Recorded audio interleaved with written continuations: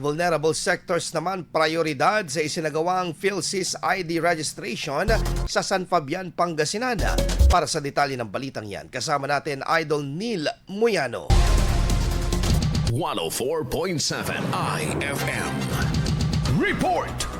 Inigyang prioridad ang mga kabilang sa vulnerable sectors sa isinagawang Philsys ID registration sa bayan ng San Fabian, Pangasinan. Isinagawang 3 araw ng registration bilang bahagi ng patuloy na pagpapalawak ng pamahalaan sa pagpapatala para sa National ID System. Layunin ng aktibidad na mairehistro unang-una ang mga pensioner upang matiyak na makakuha sila ng National ID na magsisilbing pangunahing requirement sa pagproseso at pagkuha ng kanilang pensyon at iba pang benepisyo mula sa pamahalaan. Kabilang rin sa mga binigyang prioridad ang mga benepisyaryo ng Pantawid Pamilyang Pilipino Program at mga senior citizen, lalo na ang may mga edad na at may karamdaman upang matiyak na hindi sila mapag-iwanan sa pag-akses ng mga serbisyo ng pamahalaan. Pinangunahan ng Municipal Social Welfare and Development Office sa pakikipag-ugnayan sa 4Ps at Office of the Senior Citizens Affairs ang aktibidad para sa sistematikong proseso. Kasama mo mula rito sa FM News Tagupan, ito si Idol Neil Muyano, Tatak IFM.